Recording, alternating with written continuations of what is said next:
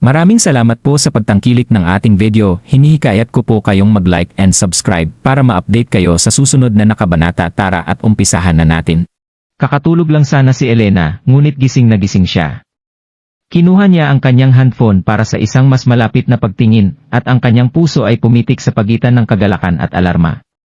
Nakasuot pa ng kanyang pajama, lumaban siya sa kafeterya. Si Joy, dahil ang lalaking nasa isip niya ay kahit papaano ay lumitaw sa kanyang campus. Alarm, dahil mabuting Panginoon, inabuso ba si Gerald Crawford sa livestream? Samantala, sa Sunnydale University Fight Club.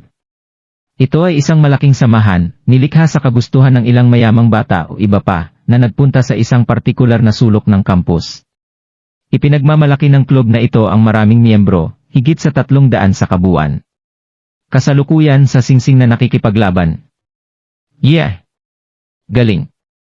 Ang isa sa mga mandirigma ay natumba lamang ang kanyang kalaban gamit ang isang mahusay na pamamaraan. Ang mga manunood ay sumabog sa palakpak.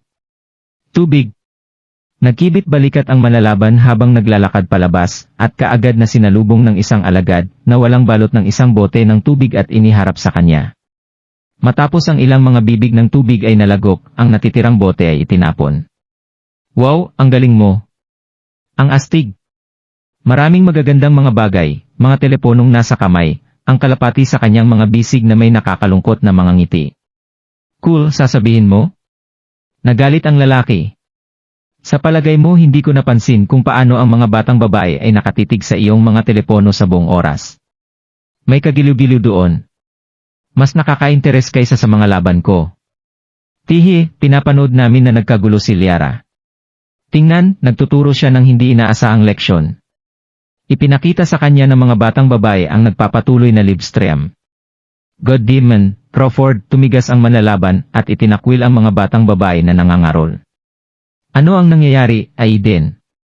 Nagtampo sila. Bilisan, kunin ang aking mga tao. Sabihin mo sa kanila na tumakbo sa Surati. Ang manlalaban ay walang iba kundi si Aiden Baker. Narinig ang kanyang utos, ang mga nagtipon-tipong disipulo ay lumaban sa Surati Restaurant nang walang pagkaantala. Kahit na ang malapit na kaibigan ni Aiden, si Yancy Zimmerman, ay pinatawag. Sa Surati Restaurant, naihatid lang ni Linda ang kanyang pangatlong sampal sa mukha ni Gerald. Huhu, maglakas loob ka sa Miss Liara. Sisipain ko ang asno mo. Sa bawat sandali na dumadaan, mas nasisiyahan siya dito. Habang tinaangat ang kanyang kamay para sa pang-apat na welga, may sumigaw, holy crap. Narito na si Aiden Baker at ang kanyang mga lalaki. Ang isang pulutong ng mga guys. Ang karamihan sa mga tao sa pasukan ng restaurant ay agad na nagkalat. 100 tao ang naniningil sa ganitong paraan. Yo! Dumating din si Aiden. Hey! Ang sweet niya sa kanya, kaya narinig niya ang tungkol sa kung ano ang ginagawa ko dito at dumating upang tulungan. Tumayo si Liara upang batiin siya. Ito ay isang kaunting paggalang sa kanya. Kahit na si Liara ay hindi isa sa mga nasasakupang sarili ni Aiden, gayunpaman nakilala niya ang kanyang napakalaking impluensya sa loob ng Sunnydale. Karaniwan silang nagkakasundo sa bawat isa. Gayunpaman, nang maabot sila ni Aiden at tinanggap ni Liara ang kanyang pagdating, narinig niya ito bilang holler. Diemet. Talunin mo sila. Talunin ang lahat dito sa lupa. Sa isang sigaw, sumugod ang kanyang mga mandirigma. Ang mga lalaking humahawak kay Gerald ay agad na kumatok na walang kahulugan. Kahit na ang mga kasangkapan sa bahay ay nawasak, at tungkol sa personal na entourage ni Liara, walang isang tao ang nailigtas mula sa karahasan na ito. Si Liara ay nasa gilid na ng pagiging baliw, nakatitig ang mata sa tanawin bago siya. Ano sa pangalan ng langit? Aiden, nawala ka ba sa isip? Ako ito, Liara. Gaano ka mangahas na umatake sa aking bayan? Nagmartsa si Aiden at sinampal ng malakas si Liara. Wap! Tulala ka malapad. Babayaran kita para dito. Pagkatapos ay dali-dali siyang lumapit sa tabi ni Gerald. Gerald, okay ka lang? Ngayon, si Aiden ay nabasa ng malamig na pawis. Kinusot ni Gerald ang kanyang sumasakit na pisngi. Ang kanyang puot ay magiging maalamat. Kung hindi siya sinagip ni Aiden, ano ang maaring gawin sa kanya ng karamihan ng tao? Salamat na lang na naisab siya sa oras. Gerald, itong babaeng tumatama sa iyo, ano ang gusto mong gawin namin sa kanya? Hawak ang isang dapot ng buhok ni Linda, hinila ni Yancy ang magiging berdugo sa harapan niya. Nasa clawing edge siya ng hysteria. Si Yancy Zimmerman ay isang august personage sa campus na ito at mas higit pa dito si Aiden Becker. At pupunta sila rito kasama ang napakaraming tao upang iligtas ang taong ito na si Gerald. Ano ang connection dito sa mga nangyayari? Dagdag pa dito talagang sumusunod sila sa mga inuutos niya. Ano pa ang hinihintay nyo? Gusto kong bugbugin nyo ang babaeng iyon hanggang sa isuka niya lahat ng kinain niya. Sigaw ni Aiden. Kinaladkad ni Yancy si Linda palayo at sumigaw sa mga lalaki para simulang saktan siya. Baliw ka talaga. Aiden Becker, gagawin mo ba akong kaaway alang-alang sa dalawang nobodies na ito? Ang pagliko ng mga pangyayaring ito ay nangyari ng bigla para kay Liara upang magkaroon ng anumang kahulugan nito. Aiden, gaano siya katapang na tratuin siya ng ganito? Ha? Malamig nang inisya ni Aiden. Tama iyan, at ano ang magagawa mo tungkol dito? Isa ka lamang ibang patutot sa ilalim ng Ray Group. Hindi pwede. Naglakas loob ka ba sa akin? Matampal? Ang kahihiyan ay naging galit, si Liara ay nagpunta sa harap upang salakayin si Aiden, upang maibagsak lamang sa lupa gamit ang isa pang tugtog. Dumadaloy ang dugo mula sa isang sulok ng kanyang bibig, ngayon. Hindi ito maintindihan ni Liara. Si Aiden ba ay nasa droga o kung ano? Ngunit ang pinakamalala sa lahat ay ang paraan ng panonood sa kanya ng lahat ngayon, na parang hindi sila makapaniwala sa kanilang sariling mga mata. At si Aiden ay hindi pa tapos sa kanya. Sa sandaling iyon, tumunog ang telepono ni Liara. Ang tumatawag ay nakilala bilang kapitan. Nanlaki ang mga mata niya at agad niyang kinuha ang tawag. Kapitan, kailangan ko ng tulong mo. Magmadali, kung hindi man ay hindi na ako makikita ng iyong boss. Umiiyak siya sa telepono. Walang emosyon na sinabi ng kapitan, oo, Miss Liara. May tumawag na sa akin. Maari mo bang ipasa ang telepono kay Becker? Ang impyerno ay gagawin niya sa langit. Inilipat ni Liara ang tawag sa speakerphone para marinig ng lahat. Kumusta, Becker? Dapat mayroong ilang hindi pagkakaunawaan na nangyayari dito. Ang tawag ng kapitan. Sigurado akong alam na alam mo kung sinong babae si Miss Liara. Wala akong pakialam kung gaano siya kalapit kay William Rie. Kahit na siya ang personal na laruan ni Henry Rie, hindi pa rin ako pipigilan nito ngayon. Kung ano ang isang biro. Alam na alam ni Aiden kung sino ang kapatid ni Gerald, si Jessica Crawford at ang lahat ng kanyang pamilya ay may hawak na kapangyarihan na walang sukat. Wala pang tanong tungkol sa kung kaninong panig ang kukuha. Ilagay ito sa ganitong paraan, kung si Madam Jessica ang nasa kanyang lugar dito, magkakaroon ng higit pa sa isang simpleng pagbagsak lamang na nangyayari. Sige, nakikita ko kayong mga Mayberry na walang pakialam kay Ray Group. Becker, walang tatanggi sa balabal ni Mayberry, ngunit nasa 100 taon ka lang nasa paligid ng bloke. Bakit hindi ka umuwi at tanungin ang iyong ama kung gaano katagal ang Ray Group ay may ginagawa? Ang kapitan ay naglalaway ng bawat salita ngayon. Ang pag-atake sa babae ni Grie na tulad nito ay hindi naiiba sa pag-attack mismo kay Marie. Naramdaman ni Liara ang pagbabalik ng kanyang tapang. Hey, hayaan mong sabihin ko sa iyo, Aiden Becker, ang kasintahan ko ay walang iba kundi si William Rie mismo. Bumalik siya sa bansa sa mga panahong ito, at nang malaman niya kung ano ang nangyari sa akin.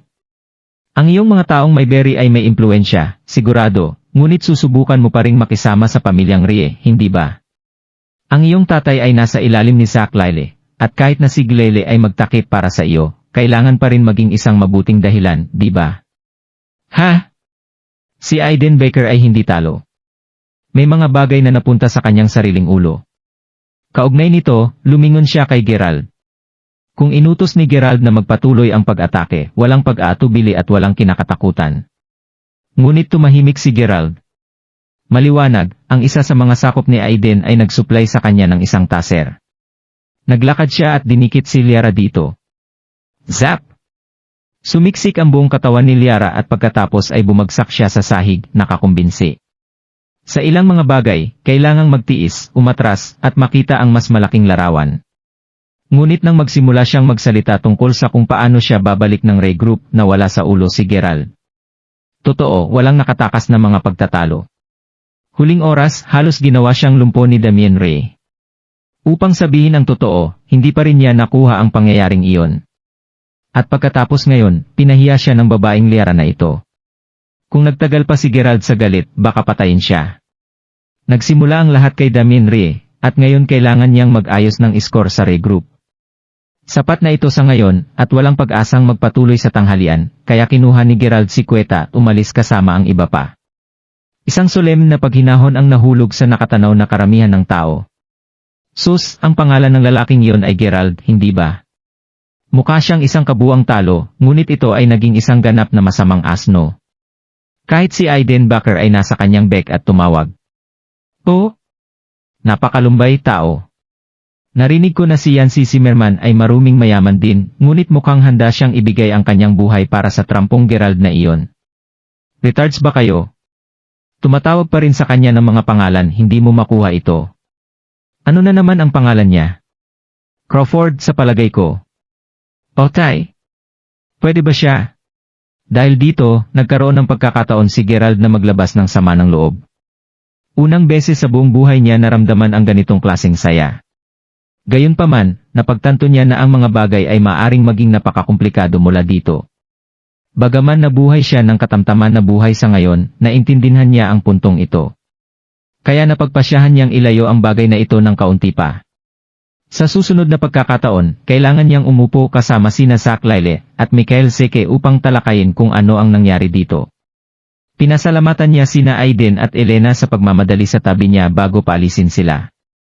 Ang mga kaganapan sa araw na ito ay umalis sa Queta na takot at pinahiya. Siya ay nasa basurahan. Pati ang damit niya ay napunit ng gang ni Liara. Dinurog ang puso ni Gerald na makita siya ng ganito. Sa huli, kasalanan niya na ang trahedyang ito ay kailangang maganap at nahinila si Queta dito. Halika, bibilhan kita ng mga bagong damit. Masayang pahayag ni Gerald. Hindi Ayos lang ako ng ganito, Gerald. Napayo ko ang ulo ni Queta. Pinipilit ko. Hindi mahalaga kung ano, napasama kita sa gulo na ito. Kahit papaano, birthday mo. Hila siya sa kamay, hinila siya papunta sa kanyang kotse at dinala sa isang magarbong emporyo ng damit na puno ng mga dekalidad na itim na may mataas na kalidad. Bumili si Gerald ng dalawang mga damit para kay Queta habang pinagsasabihan at inaaliw siya. Nangako siya ng isang bagay na tulad ngayon ay hindi na maulit. Siya ang nagbayad para sa mga damit, ngunit tulad ng malapit na silang umalis. Gerald, ikaw ba iyon? Isang malinaw, pambabae na boses ang tumawag sa kanya. Ang tono ay nalais ng hindi inaasahang galak. Humarap siya. Ito ay si Naomi Milton. Nomi? Si Noemi ay mayroon ding tatlong iba pang mga batang babae na kasama niya, Felicity Nelson, Yvonne Dunn, at Cassandra McGregor. Sa gayon, hindi nagulat si Gerald na makita si Naomi na tumatakbo kasama ang mga batang babae. Pagkatapos ng lahat, nagkaroon ng bagay na iyon sa Emperor Karaoke Bar ilang araw pa. Sa oras na iyon, lahat ay nawala sa isipan, maliban kay Noemi, na nanatiling kalmado at pinayuhan si Felicity na magmoderate at tama siya. Si Jake ay napatunayan na walang halaga. Sa ganoong paraan, napatunayan din ni Noemi ang kanyang sarili na maging isang tinig ng pasensya, isang bagay na sa palagay ni Felicity ay kailangan niya. Tulad ng para kay Yvonne, mabuti, hindi parang hindi alam ni Felicity na higit na hinahangad ng batang babae na makinabang mula sa kanyang katanyagan kamakailan. Ito ay ginawa lalo na halata ng kung gaano siya komportable tungkol sa pagsali ni Noemi sa kanilang pangkat. Ipinaalam ni Noemi kay Gerald na hapon kasunod ng insidente, inimbitahan siya ni Felicity na tumulong sa paligid ng kanyang pinagtatrabahuhan. Tulad ng sa ngayon, natural, parehong nakita ni Felicity at Cassandra si Gerald din, ngunit niwala ring nag-alok sa kanya ng mga pagbati. Sinulyapan lang nila siya, pagkatapos ay sinimulang suriin si Queta na nasa tabi niya. Gerald, sino ito? Ang ganda talaga. Hindi mo ba siya ipakilala sa amin? Pang-aasar ni Naomi na ng aasar. Hawak ni Gerald ang mga pagpapakilala.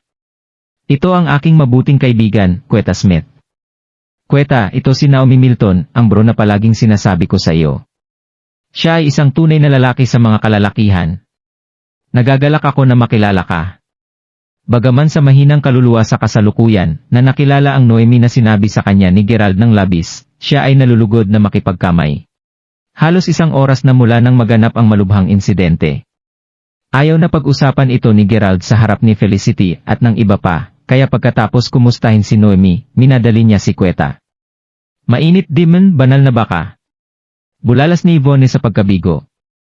Ang Gerald na iyon ay may ilang lakas ng loob, ha? Si Felicity at ang tagapayo ay pareho dito, ngunit hindi man lang siya binati ng mabilis sa kanila. Nakita mo rin itong mga kababaihan.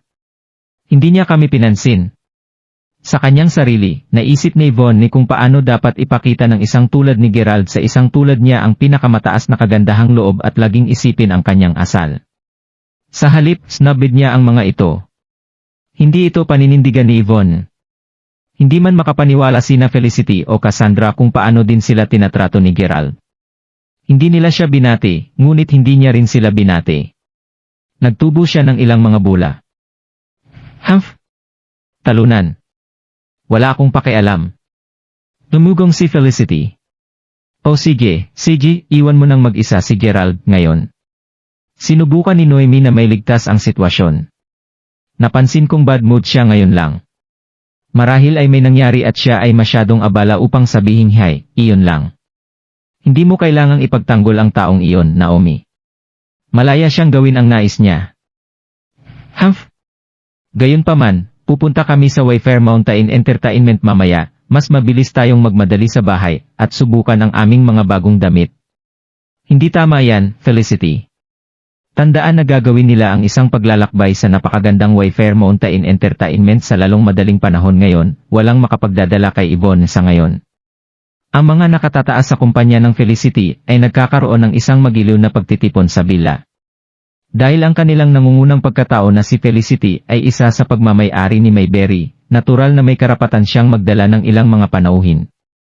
Ngayon na ang exceptional leave ay bumangon upang maging isang pambansang antas ng media platform, mas malaki ang halaga nila sa mga araw na ito. Nangangahulugan iyon ng mas mahusay na mga bakasyon ng kumpanya sa mas magagandang mga spot. Biglang tumunog ang phone ni Naomi. Kinuha niya ang tawag, nagngangalit sa pagkilala ng ilang beses, at pagkatapos ay nag-hang up.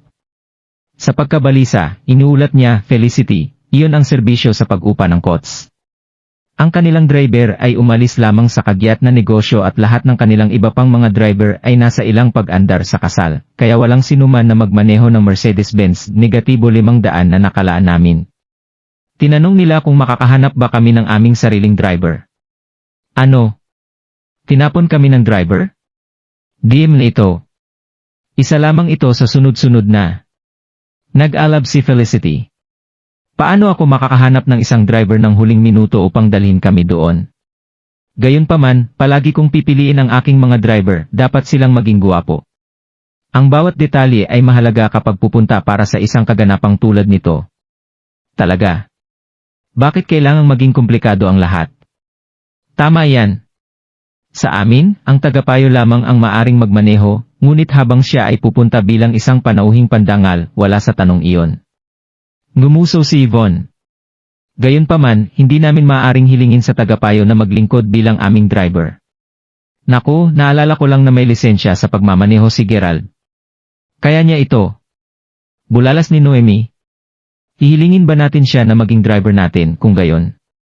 Kahit na siya ay napunta sa villa na yon dati. Ang totoo ay nagsisilbi si Noemi ng isang personal na agenda dito. Dati, talagang pinasa ni Gerald ang hitsura ng isang taong biglang sinaktan ito, na nagpapakasawa sa mga luho at kaliwa. Gayunpaman, makalipas ang ilang sandali, bumalik siya sa lupa. Naniniwala ang kanyang mga kamag-aral na pinagsama niya ang lahat, at iyon ang katapusan nito. Gayunpaman, ang maikling panahon sa limelight na iwan din kay Gerald ng isang hindi magandang pagkaabalahan sa mga pagpapakita. Hindi pa ito napansin ni Noemi. Hinihiling niya sa kanya na maging driver nila ngayon dahil alam niyang inatasan ng Felicity ang dati nilang driver ng halos $1,000. $1,000 pera para sa trabaho sa hapon. Ito ay isang kaibig-ibig na pag-aayos. Si Yvonne ang unang nagprotesta. Hindi pala. Naomi, hindi mo ba narinig ang sinabi ni Felicity? Kailangan namin ng isang magandang driver, hindi ng crash door tulad ni Gerald. Kalimutan mo na iyon. Gayunpaman, si Felicity, naarko ang isang kilay at nagbulong-bulungan, Sa totoo lang sa palagay ko ang mungkahi ni Noemi ay may katangiang. Bagaman siya ay masiraan ng loob at masalimuot, si Gerald ay may isang tiyak na kawalang kasalanan tungkol sa kanya na kung saan ay nakakapresko. Maham, ang aming lumang dormete na si Xavier ay hindi ganap na walang panlasa. Kakailanganin ko lamang nabigyan siya ng kaunting makeover at baka magaling siyang gumawa ng aming driver. Sige. Bigyan natin siya ng isang shot pagkatapos. Maaari siyang magmaneho kung tutuusin. Si Cassandra ay nagbigay ng hindi pagkakasundo. Ayos lang. Naomi, tawagan mo si Gerald. Sabihin mo sa kanya na gusto kong siya ang maging driver namin. Gerald, busy ka ba mamaya? Tanong ni Noemi nang sagutin ni Gerald ang tawag niya. Ako busy. Wala akong planong gawin mamaya. Hinahatid niya si Kweta sa campus. Kapag nasa klase na si Kweta, wala nang gagawin si Gerald. Oh, nahanapan kita ng Sideline. 1,000 para sa isang araw na trabaho.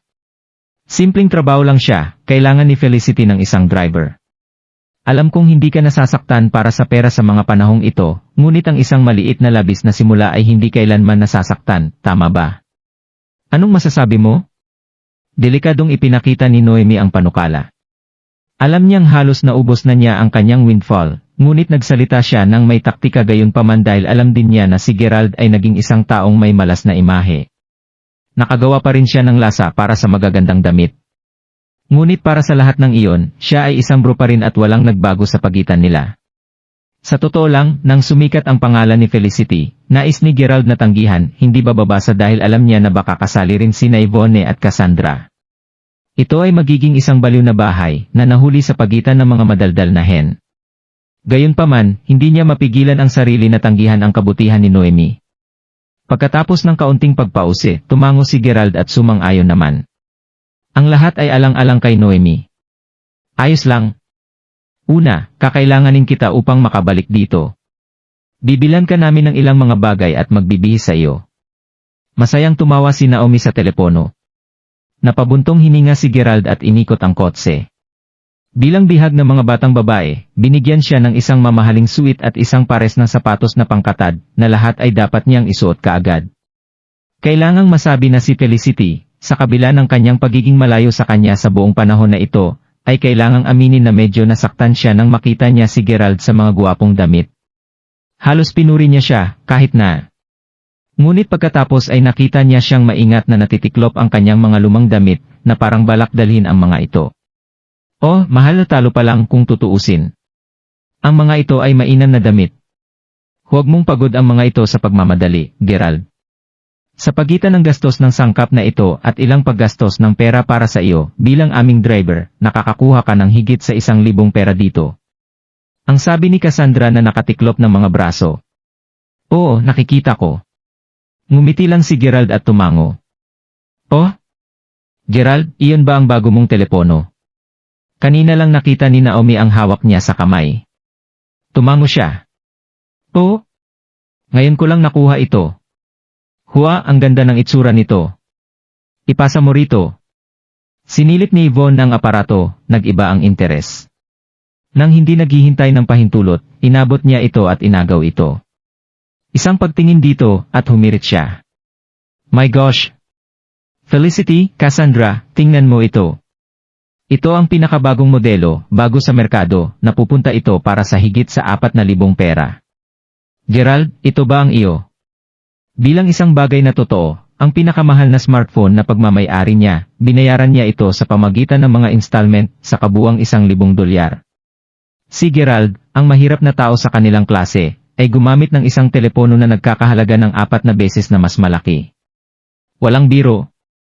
Napabuntong hininga si Felicity nang makita ito, sa kabila ng kanyang sarili. Gerald, hindi ko alam kung kailan ka naging isang show-off, ngunit para sa isang lalaking tulad mo na bumili ng isang teleponong tulad nito, ano ang iniisip mo? Si Felicity ay nasa tuktok ng kanyang laro ngayon at ang kanyang telepono ay nagkakahalaga lamang ng kalahati. Ikaw ay isang mag-aaral lamang na walang matatag na kita, kaya paano ka makagagawa ng ganito? Ilang beses ko bang sasabihin sa iyo? Galing ito kay Cassandra, ang tagapayo. Para bang may yumapakan sa buntot niya. Ilang sandali lang ang nakakalipas, pinapag-aralan na niya si Gerald tungkol sa isang hanay ng mga damit na nagkakahalaga ng ilang daang pera, at pagkatapos ay paluin niya ang $4,000 na teleponong ito. Saan siya iniwan ito? Sakto. Bakit ka nagkamit ng napakatangal? Sinusubukan mo bang mapahanga ang ilang mayamang bata? Ang ilang mga tao ay walang klase. Hindi mo ba alam, Gerald?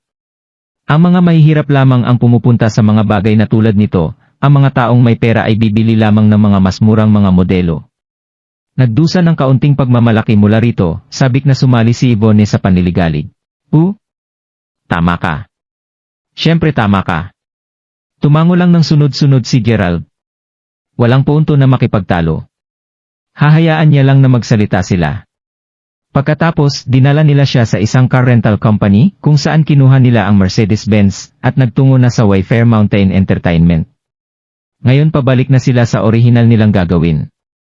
Kinailangan ni Gerald na buksan ang pinto ng matino para lumabas si Felicity mula sa sakyan.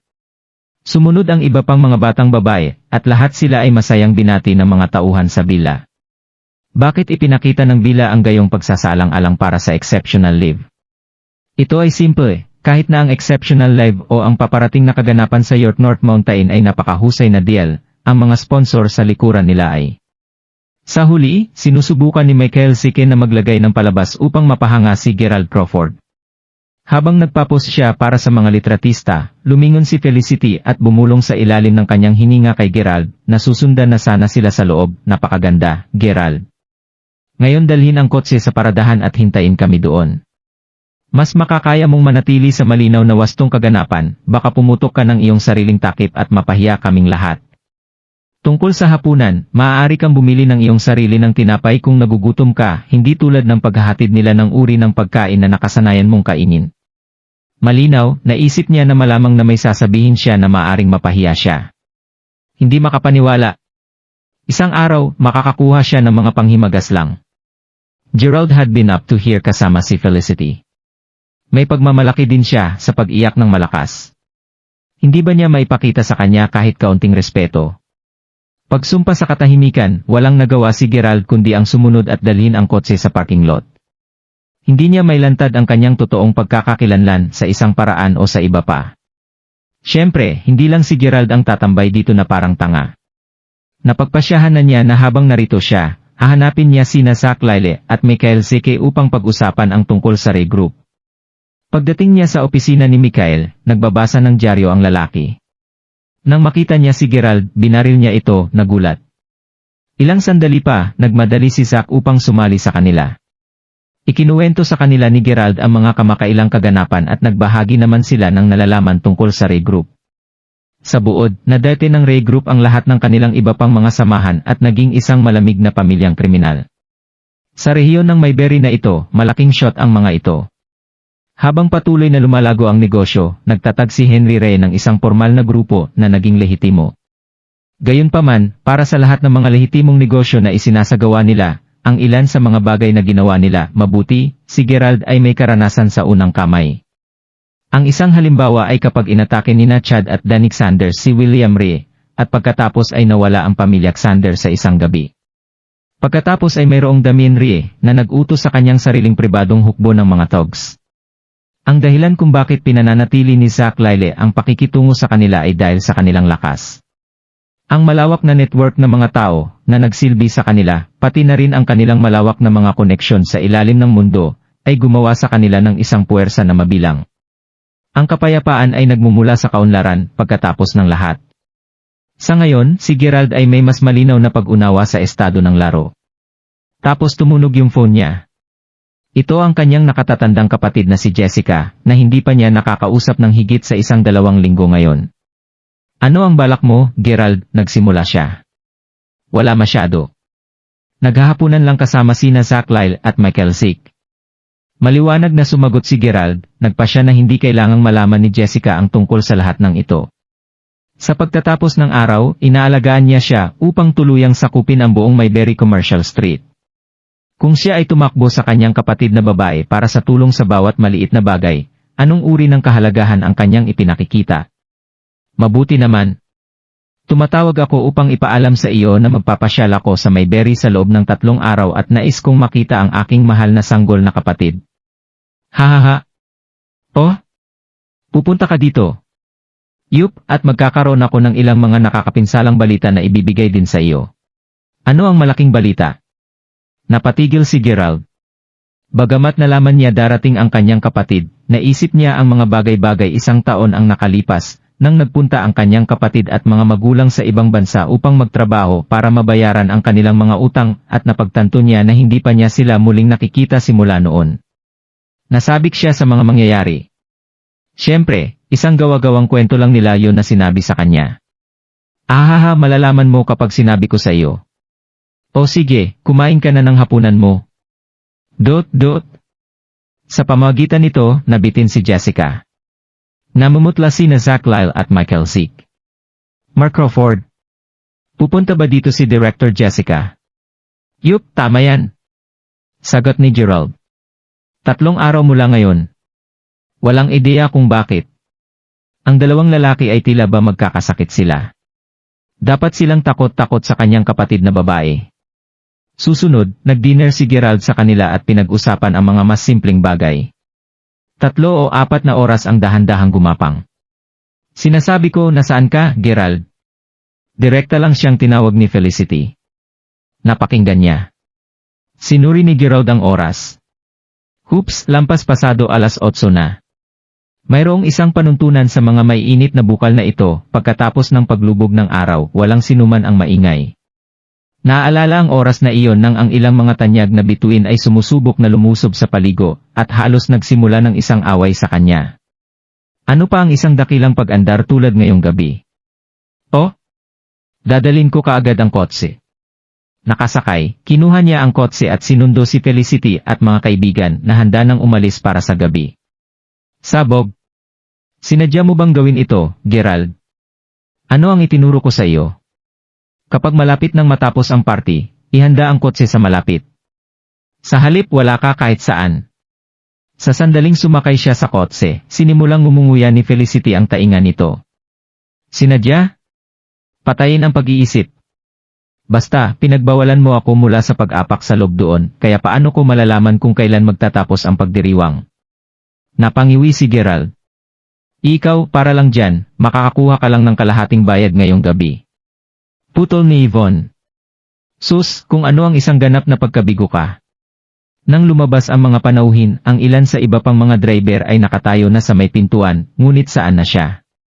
Kahit na siya ay naglalakad palabas sa kotse, ang lalaki mismo ay wala sa paningin. Ang hiya naman ito.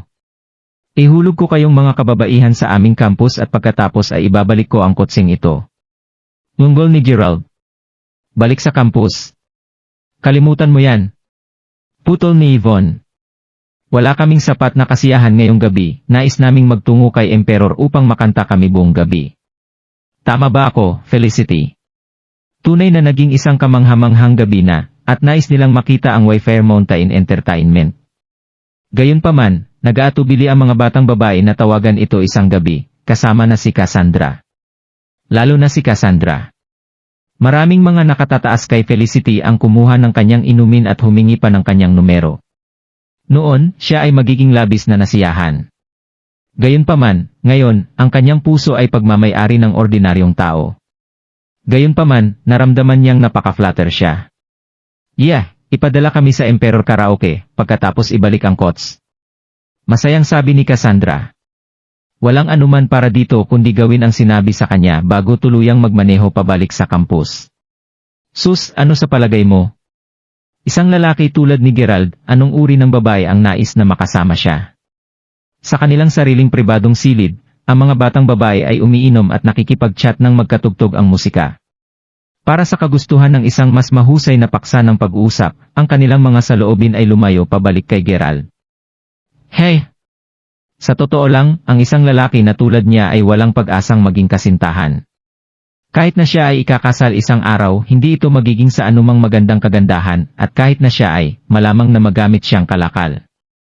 Ang mga kadahilanan ay simple, 1, siya ay patay na putol, at 2, siya ay isang ganap na talo.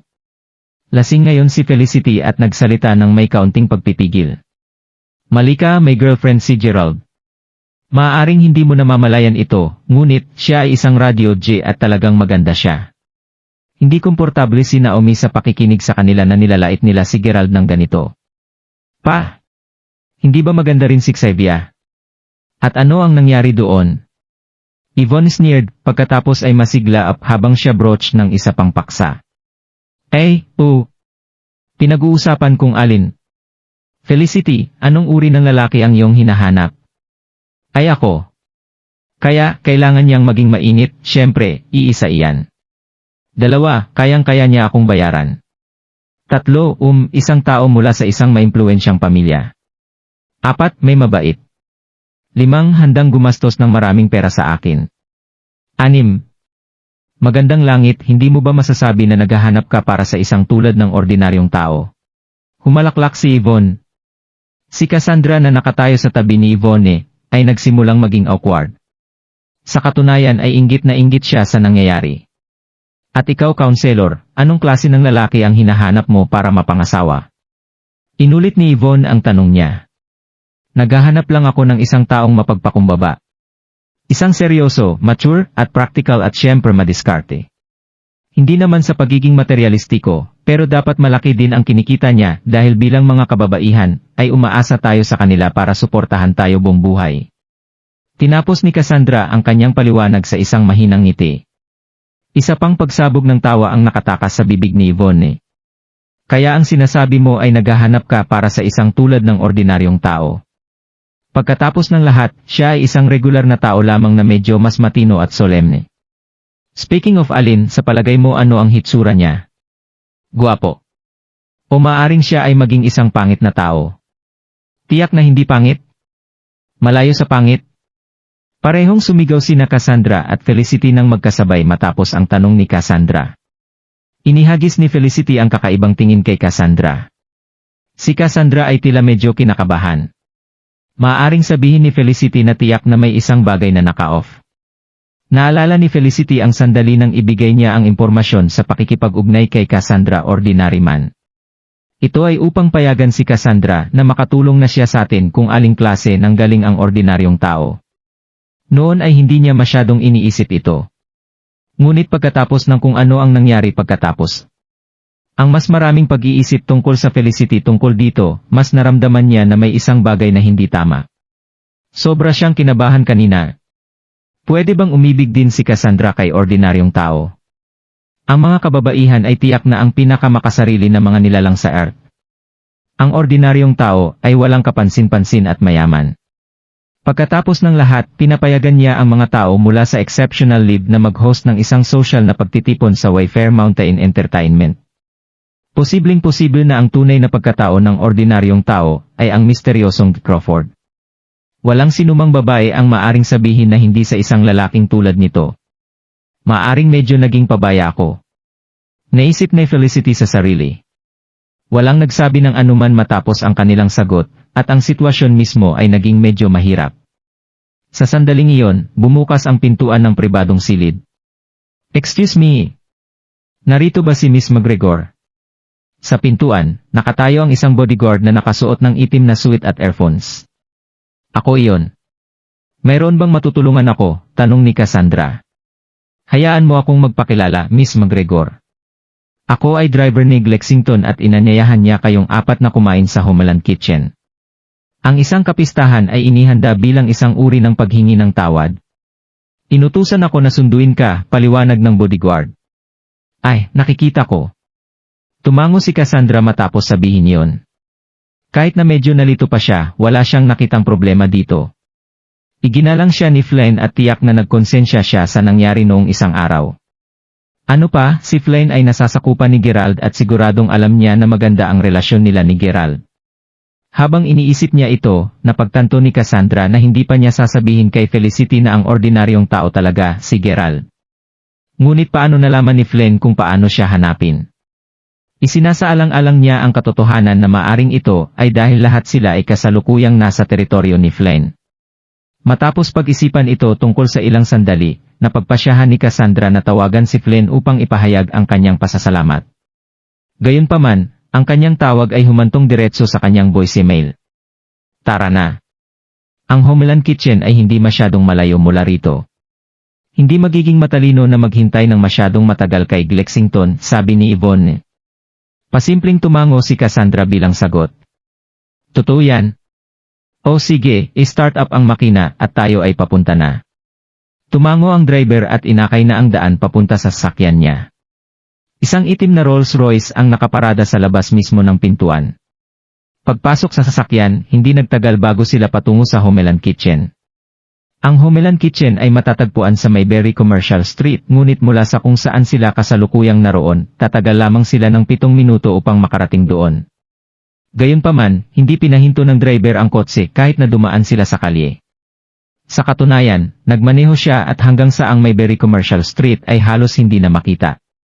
Tumungo sila sa kanluran ngayon. Dumaan kami sa Homeland Kitchen. Sinabi ni Yvonne na nakaupo sa tabi ng driver sa lahat ng oras na ito. Huwag kang mag-alala, napansin ko. Hindi kami pupunta sa Homeland Kitchen na ito. Ang aming negosyo ay nagtatag lamang ng isang bagong sangay, kanluran ng lungsod. Pupunta tayo roon. Habang sinabi niya iyon, isang mahinang ngiti ang nabuo ng maikli sa kanyang mukha. Isang bagong branch. Kailan pa ito na tayo? Wala akong narinig tungkol dito. Agad na napaisip ng matindi si Cassandra. Tila may kahina-hinala tungkol sa lahat ng nangyayari. Kanina bagamat nasa teritoryo sila ni Flynn, sinabi sa kanila ng bodyguard na nais ni Flynn na ilibre sila sa Homeland Kitchen bilang paghingi ng tawad. Hindi ito masyadong inisip ni Cassandra. Dahil pagkatapos ay nakita niya ang pamilyar na Rolls-Royce sa kanilang harapan. Dahil doon, sumama na lang sila sa bodyguard. Gayunpaman, nakikita na pupunta na sila ngayon sa kanluran ng lungsod, parami ng paraming mga alarma sa ulo ni Cassandra ang papatay. Ang kanluran ng lungsod ay isang factory zone. Napakakaunting mga entertainment center ang naroon. Bakit nais isalang-alang ang magtatag ng isang sangay ng Homeland Kitchen doon? Bumukas ito ilang araw lamang ang nakakaraan. Ang chef ay mayroong kahanga-hanga sa pagluluto. Sinabi sa akin ni Lexington na siya ang nag-host sa piyesta na ito sa iyo dahil hindi kanya mapaglingkuran ng mabuti sa emperor, sabi ng driver. Mabuti sa kanya iyon, ngunit bakit hindi kami sinabi ni Lexington tungkol dito muna? Bahagyang nalinis ng lalamunan ang driver. Hindi ko malalaman ang tungkol doon. Maaari mong tanungin ang iyong sarili kay Flynn sa oras na maabot mo ang restaurant, sabi ng driver habang may isang mahinang ngiti na lumitaw sa kanyang muka. Ngayon mo lang tinawag ang pangalan ni Lexington. Kung mas napansin niya ang driver, mas hindi gaanong nagtiwala si Cassandra sa kanyang kakatuwang pag-ugali. Narinig ang kanyang katanungan, ang driver ay nagsimulang umiti ng awkward. Ang bilis ng sasakyan ay nagsimulang bumilis sa sandaling iyon. Hindi masyadong nagtagal, lumiko siya at pumasok sa highway, kanluran ng lungsod. Dahil sa kasaganaan ng mga pabrika, walang gaanong mga sakyan sa kalsada. Ang mahina lamang naningning ng ilang mga lampara sa kalye ang nag-iilaw. Habang dumadaan sila sa daan, mas naramdaman ni Cassandra na may mali. Mister? Hindi ako masyadong maayos. Maaari ba nating ipagpaliban ito? Magkakasakit yata ako. Mangyaring ibalik kami. Natatakot ako na hindi ko magawa iyon. Sumubsob ang puso ni Cassandra. Hindi nila papasok ang kotse sa una kung tinukoy lamang niya na ang Homeland Kitchen na pupuntahan nila ay wala sa Mayberry Commercial Street. Sa pag-iisip sa likod, bumilis siya habang nagmamaneho din sa Mayberry Commercial Street. Hindi sila nakapagreaksyon ng mabilis upang magtanong sa kanya ng anuman. Tumingin ang driver ng kotse mula kaliwa hanggang kanan, pinapagod ang kanyang tingin. Ang lahat ng ito ay nagsilbi lamang upang lalong mag-alala si Cassandra. Humimok kami hanggang ngayon, bakit hindi ka bumaba at tingnan kung nandyan tayo, pagkumbinsi ng driver habang nakangiti. Tumanggi kami. Itigil mo agad ang sasakyan, sigaw ni Felicity sa malamig na boses. Itinuro ng driver ang salamin sa likuran. Hindi ko magawa iyon o babagsak tayo sa sasakyan sa likuran natin. Bukod, naghihintay na sa iyo si Lexington. O talaga? Tinatawagan ko siya ngayon. Panginis ni Cassandra habang hinihimas ang phone niya. Gayunpaman, ang nag-iisang tinig na narinig niya sa pamagitan ng telepono ay ang kanyang voicemail. Bakit sa lupa ito nagpapatuloy na mag-voicemail? Bigla na lang may maririnig na malakas. Nabigla-bigla ng driver ang manibela upang biglang lumiko. Ang kotse ay ngayon ay pababa sa isang slope. Si Cassandra at ang iba pa ay halos natumba matapos na marahas na itinapon sa loob ng sasakyan. Saan mo kami dadalhin? Sino ka? Ungol ni Cassandra na kapwa na sa galit at takot ng sabay. Gayunpaman, simpleng hindi siya pinansin ng driver.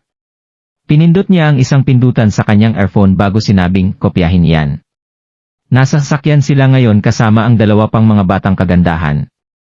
Malapit na tayo, tapos na. Sino ka? Ito ba ay isang pagtatangka sa pag-agaw? Si Yvonne ay nakaupo sa tabi ng driver sa buong oras at siya ay may isang hitsura ng takot sa kanyang mukha. Bumagal agad ang sasakyan. Lilitaw na ang kanilang patutunguhan ay isang uri ng hindi kumpleto na gusali ng pabrika. Akala niya dati na ang mga eksenang tulad nito ay naroroon lang sa mga action films. Tigilan mo na ang sasakyan. Itigil ang fucking car na sinabi ko. Sigaw ni Yvonne, halos para sa isang baliw na tao, habang hinahawakan ang braso ng driver. Inabot siya ng isang segundo upang maramdaman ito, ngunit naramdaman niya ang isang sampal sa pisngi niya.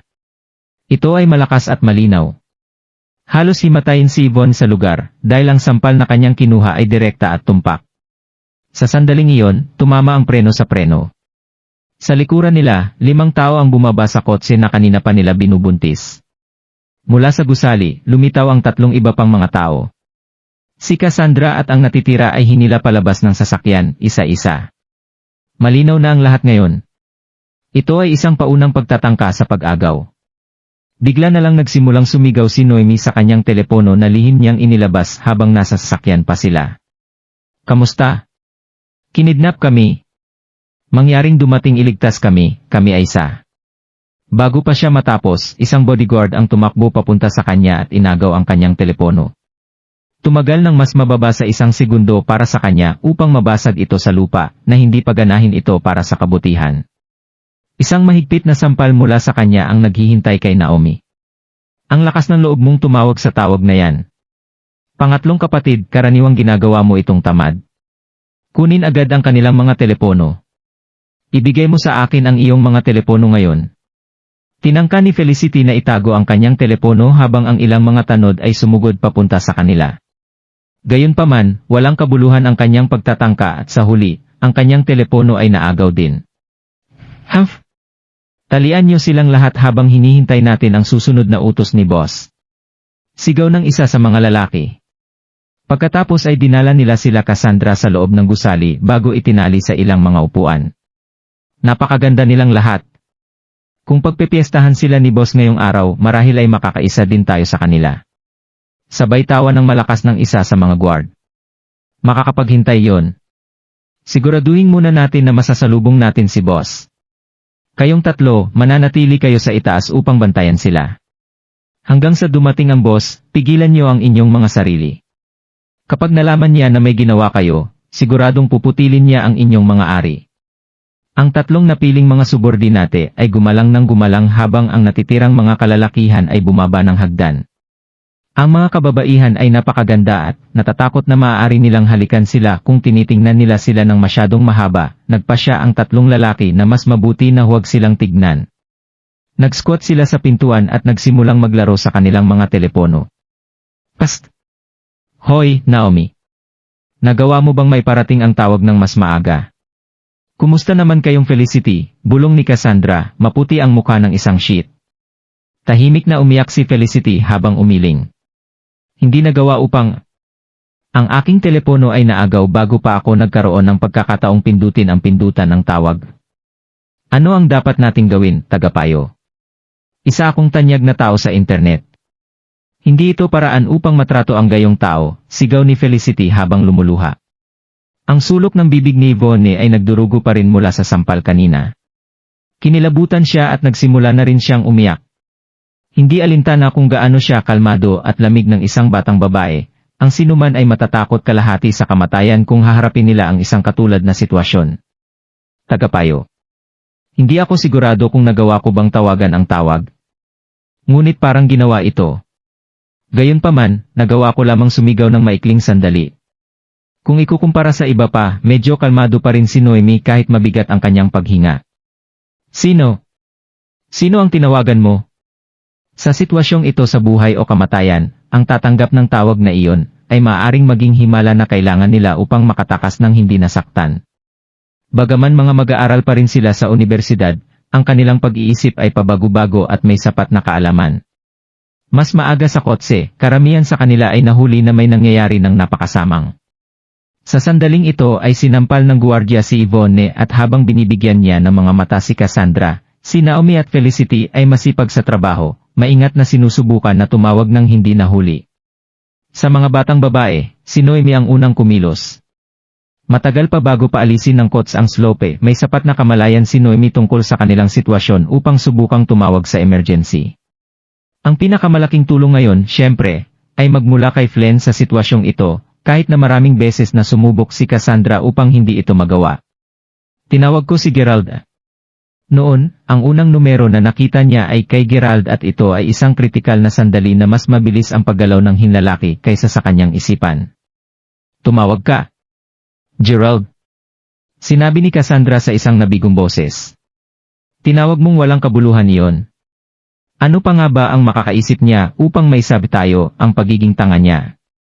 Tumaas ang takot ni Felicity at naramdaman niya ang pagtulo ng malamig na pawis sa noo niya. Tapos na ang lahat ngayon. Ako. Ayokong mamatay, sigaw ni Yvonne. Manahimik ka, Bikate. Diyos, napakaingay mo. Leo, itapi mo ang kanyang bibig. Maaari mong mapasigaw lahat ng gusto mo sa paglaon, chuckled isa sa mga lalaki. Ang guwardiya na dumaan kay Leo ay nakangiti ng may pagnanasa paglapit sa kanila. Habang nangyayari ang lahat ng ito, nakatingin pa rin si Gerald sa kanyang telepono, tuliro at naguguluhan. Nasa dormitory ng lalaki siya nang nangyari ito. Halos 3 minuto na ang nakalilipas, tumawag sa kanya si Noemi. Naliligo na siya noon at ang telepono niya ay kanina pa nagriring. Pagkakuha niya ng tawag, narinig niya ang sigaw ni Noemi. Malabo ang kanyang mga salita, ngunit may narinig siya tungkol sa kanilang pagkidnap bago natapos ang tawag mula sa kanyang pagtatapos. Ano ang nangyayari sa mundo? Sinubukan niyang tawagan siya pabalik upang hindi ito magawa. Sinubukan pa niyang tawagan si Cassandra at ang iba pa ngunit maging ang kanilang mga telepono ay dumiretso sa isang voicemail. Inaasahan kong sila lang ang nagkakasayahan. Akala ni Gerald sa sarili. Gayunpaman, ang cryptic na tawag ay nag-aalala pa rin. Alam na lahat sila ay nasa Emperor Karaoke Bar, nagpasya siyang tawagan si Flynn. Dumiretso ang kanyang tawag sa voicemail. Napakamot sa likod, sinubukan ni Gerald na tawagan ang personal na numero ni Flynn. Sa kabutihang palad, maabot niya siya kaagad pagkatapos. Hindi pa rin nagretiro para sa isang araw, D. Crawford. Hindi. Bakit nagpapatuloy na mag-voicemail ang numero ng iyong negosyo? Nasa Emperor Karaoke Bar ka pa ba? Tanong ni Gerald. Huwag ka ring magsimula, D. Crawford. Tinitingnan ko rin ito.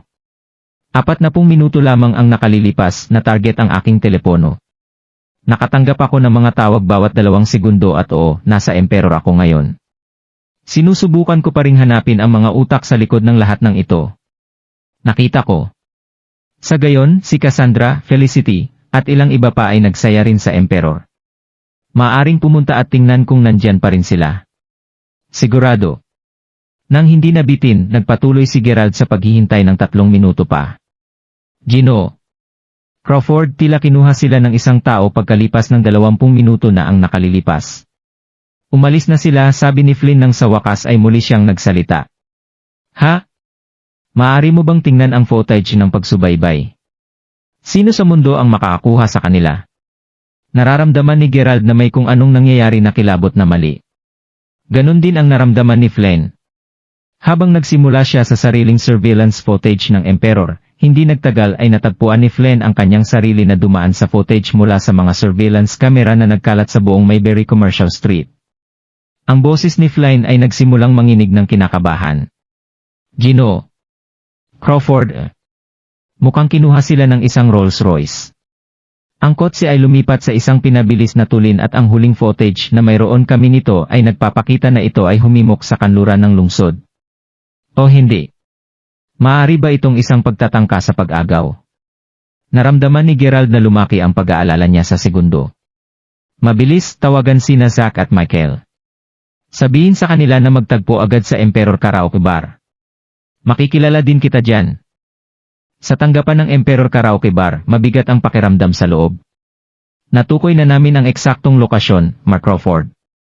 Matapos matunton ang huling tawag ni Miss Milton, nalaman namin na ito ay ginawa sa labas ng isang hindi natapos na pabrika sa kanluran ng lungsod, paliwanag ni Michael. Mark Crawford, sigaw ni Zack pagkatapos pumasok sa loob ng opisina. Nagsagawa kami ng mga investigasyon sa mga gangsters sa Mayberry City at Ray Group. Ayon sa aming mga napag-alaman, medyo kakaiba ang kinikilos ni Jack ngayong gabi. Kaninang alas 8, nagsagawa siya ng isang hapunan kasama ang ilang mga tao, kasama ang ilang mga boss na business-focused mula sa Mayberry City. Sa pagitan ng pagkain, iniiwan niya sila ng madalas upang tumawag. Napag-alaman din na ang kanyang mga tauhan ay dinroga ang alak bago pa ang nasabing hapunan. Mga 10 minuto lang kanina, sinundo siya ng kanyang driver at ang kanyang pinatunguhan ay ang pabrika kung saan naganap ang huling tinawag ni Miss Milton. Iniulat ni Zack. Kita ang pagkalito sa mukha ni Gerald. Marlyle, paano mo nagawang malaman ang lahat ng ito tungkol sa kanila? Ngumiti si Zack. Ang totoo, Mark Crawford, nagtanim ako ng ilang mga espiya sa kanilang grupo dati pa upang maiwasan na makagawa sila ng mga kakaibang bagay. Ipinagmamalaki ko na ang isa sa pinaka-pinagkakatiwala ang mga tauhan ni Jack ay isang espiya natin. Mahusay na trabaho. G. Crawford, narito ang lahat ngayon. Mas mabuti na umalis na tayo ngayon, sabi ni Michael. Halika na. Sa pamagitan nito, ang mga nagtipon doon ay nagsimulang magmaneho ng mabilis sa kanluran ng lungsod. Samantala bumalik sa hindi natapos na pabrika. Boss, masarap makita ka. Ang mga nasasakupan mula sa mas maaga ay nagpalitan ng pagsigaw ng parirala. Sumunod ang isang tawa ng tawa. Nasaan ang aking munting kagandahan? Nasaan siya? Naririnig ang malaswa na tawa bago magsimulang umakyat si Jackie sa hagdan. Sa sandaling makita siya nina Felicity at Cassandra, halos lumuwa ang kanilang mga mata. Narito siya sapagkat nasaktan nila siya ng sobra noong isang araw.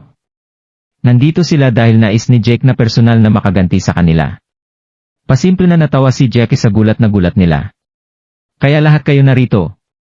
Halika na. Tanggalin ang tape sa kanilang mga bibig. Pagkalaya na ng kanyang bibig ay sinigawan siya ni Cassandra. May death wish ka ba, Jake? Alam mo ba kung sinong babae ako? Pakawalan mo ako ngayon, kabilang ako kay Crawford. Alam na alam ni Cassandra kung anong uri ng relasyon ang mayroon siya kay Crawford mula nang sinabi sa kanya ni Flynn tungkol dito noong isang araw. Gayunpaman, wala siyang pagpipilian sa ngayon. Inaasahan niya lamang na magagamit niya ang kanyang relasyon kay Crawford bilang isang paraan upang takutin si Jackie. Gayunpaman, ang kanyang pahayag ay natakot kay Felicity at iba pa. Hindi kataka-taka na iginagalang ni Flynn ang tagapayo. Kaya't nasa ganoong relasyon siya kay Crawford. Naisip ni Felicity sa sarili, sa halip ay naiinis. Simpleng tumawa si Jake.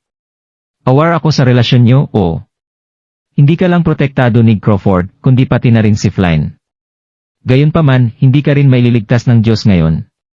Talagang pinahiya mo ako sa emperor noong nakaraang araw, at babayaran mo ito ngayon. Babasagin kita sa loob. At ikaw, Felicity. Sinuportahan kita noong una ngunit anong kabutihan ang nagawa nito?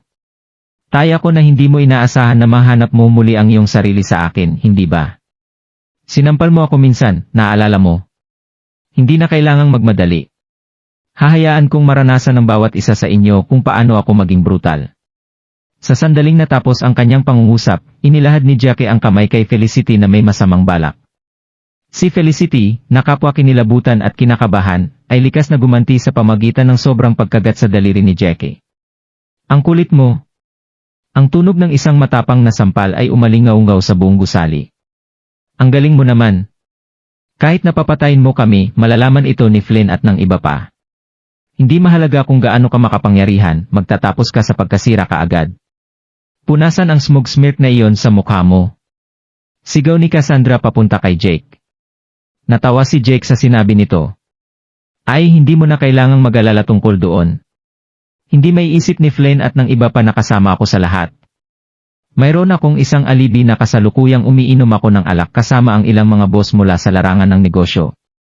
Malakas ang alak at lahat kami ay lasing at pagkalipas ng kaunting panahon, magpapahinga kami sa isang hotel. Ang mga boss na iyon ay tiyak na magbibigay ng kasalanan para sa aking pagiging inosente. Halika. I-set up ang video camera para sa akin. Sisiguraduhin kong pinapanood nila ang bawat segundo ng kanilang sluti sandali ng paulit-ulit pagkatapos naming makasama sila. Kailangan ko ring tumawag sa video. Tiyak na masisiyahan ito ni Damien, mabuhay. Habang sinabi niya iyon, sinimulan niya ang video call. Kama sa ospital, nakabalot ang kanyang mga kamay at binti. Kinuha niya ang tawag. Tumawa si Jake. Ginoo. Re, binigyan mo ako ng isang napakatalino na ideya noong isang araw. Tingnan mo. Mayroon akong 4 na mga kagandahan sa tabi ko ngayon. At pinupuntahan ko ang bawat isa sa kanila. Sa pamagitan ng Diyos. Ang ganda-ganda nila. Anong uri ka ng halimaw?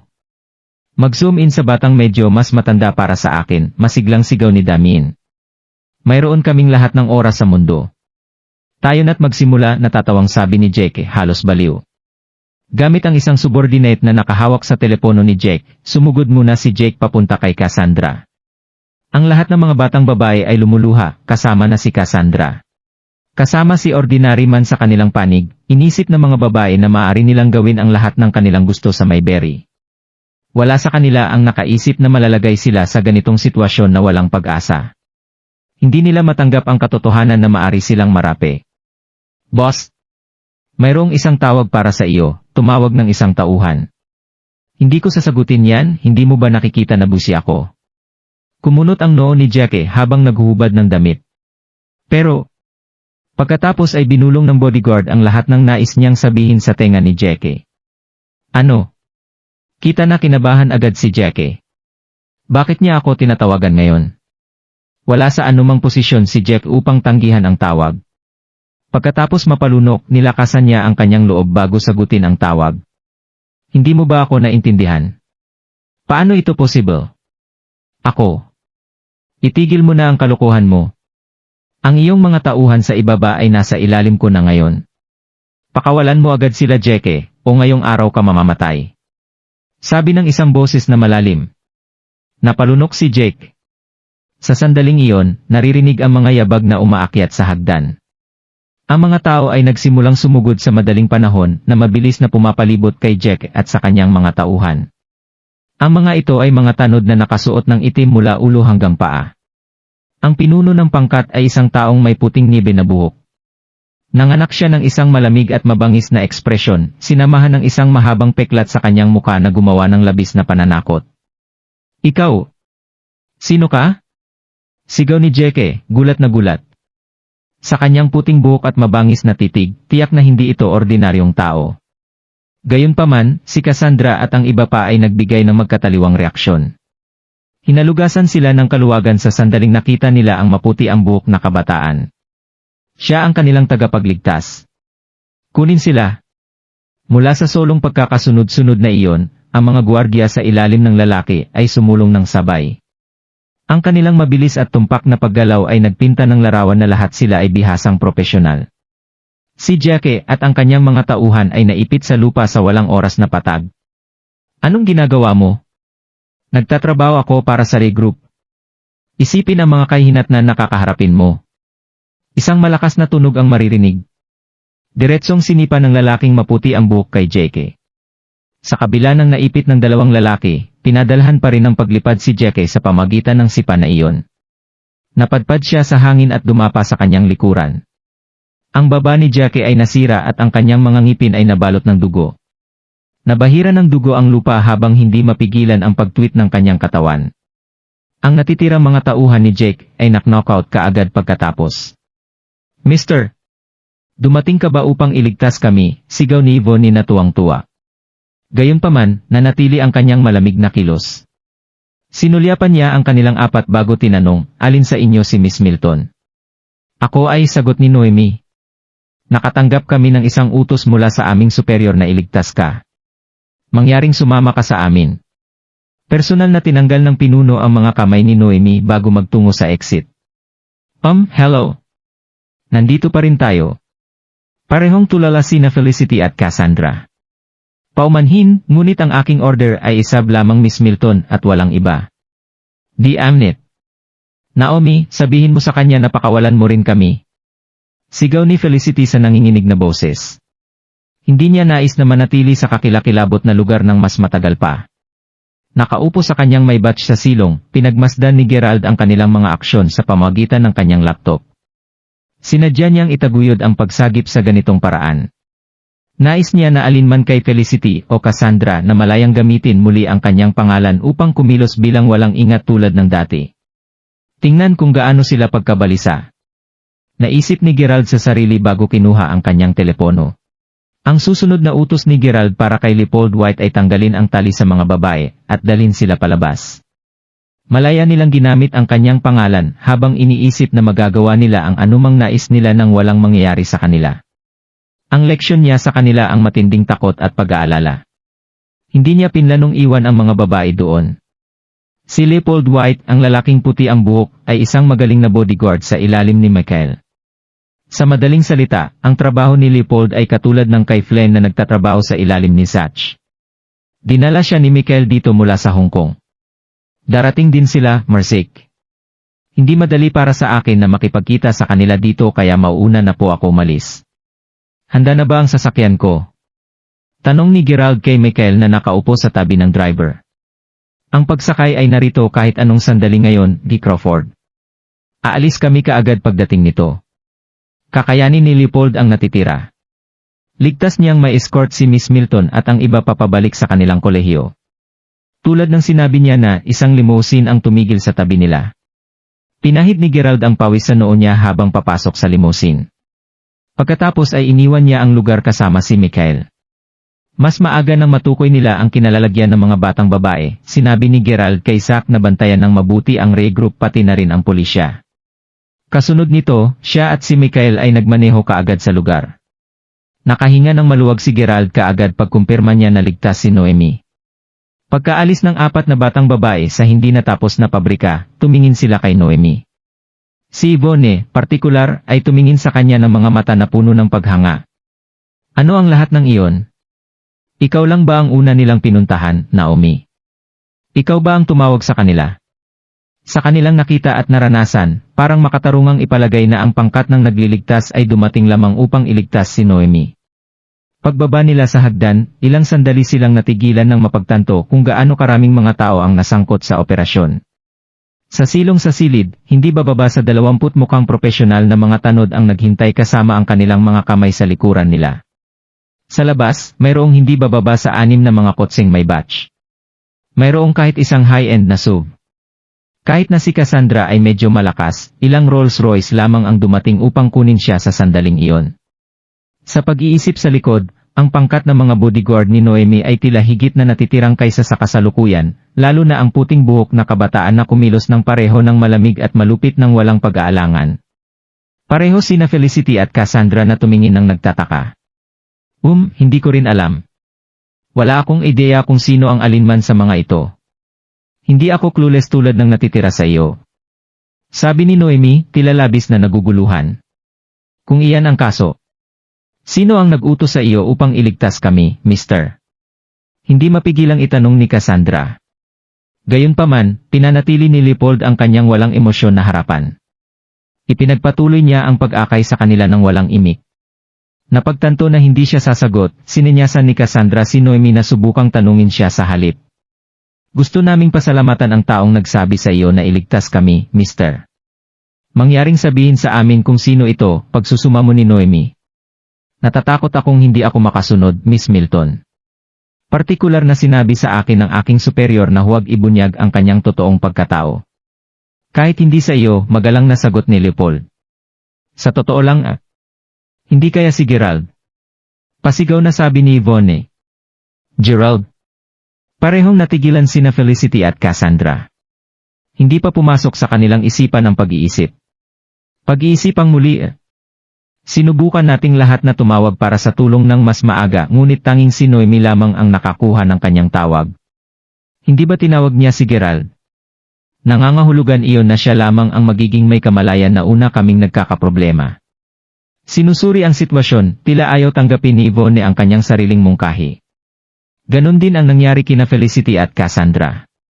Sa totoo lang ipagpalagay na si Gerald ang nagligtas sa atin, paano mo masasabi na nakuha niya ang maraming tao na lumiligtas sa atin? Ito ay hindi makatuwiran upang tapusin na siya ay nagligtas sa atin sa palagay mo. Sabi ni Felicity. Kinakabahan na tumingin kay Cassandra kay Noemi matapos ang pagtatapos ng pangungusap ni Felicity. Tinanong niya saka, Naomi, sigurado ka ba na tinawagan mo si Gerald kanina? Siguro tumawag ka talaga ng iba?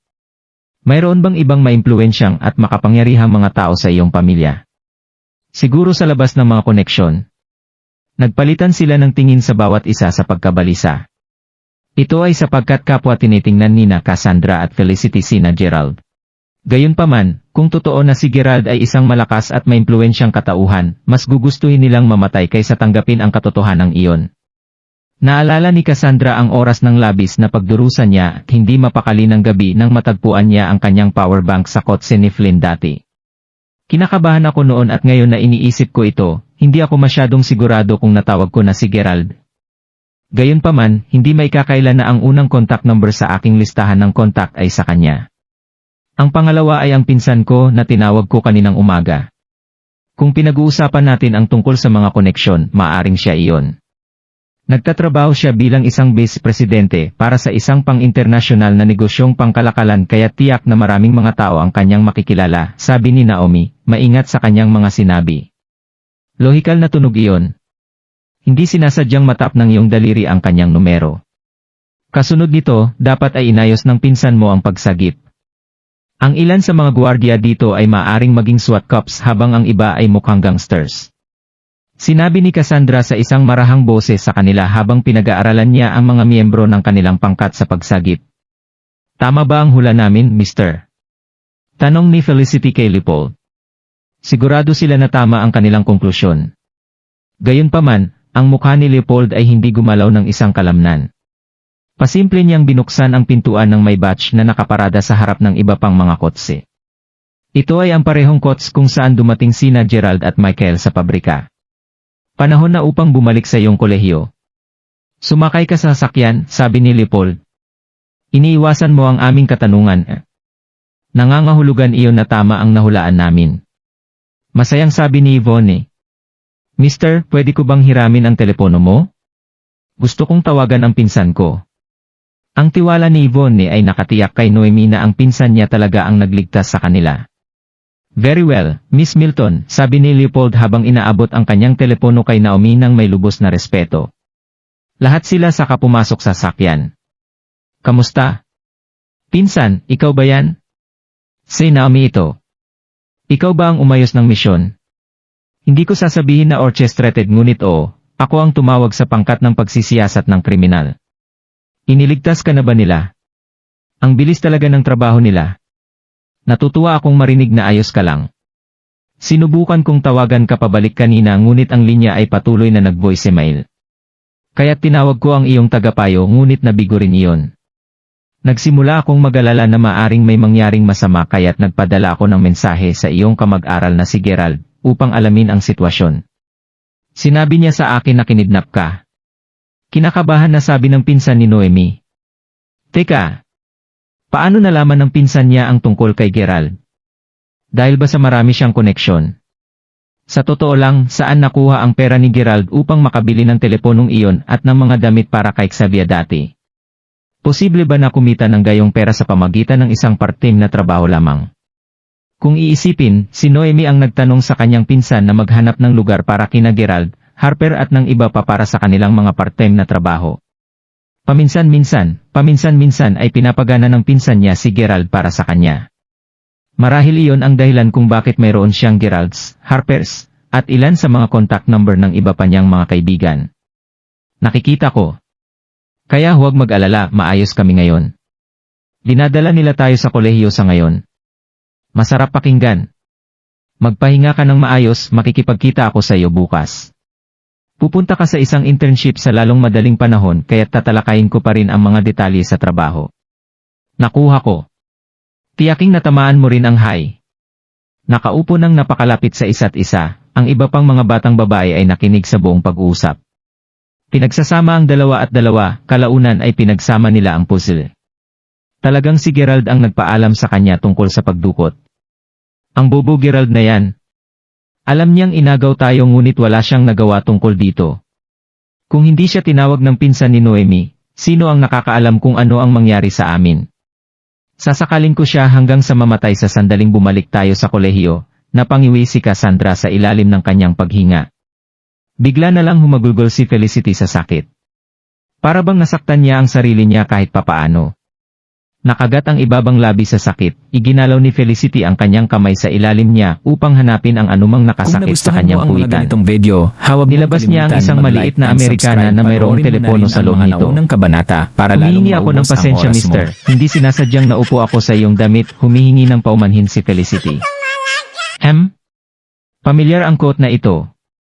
Tumagal ito sa kanya, ngunit nang mapagtanto niya kung kanino ito pag-aari, natigilan si Felicity.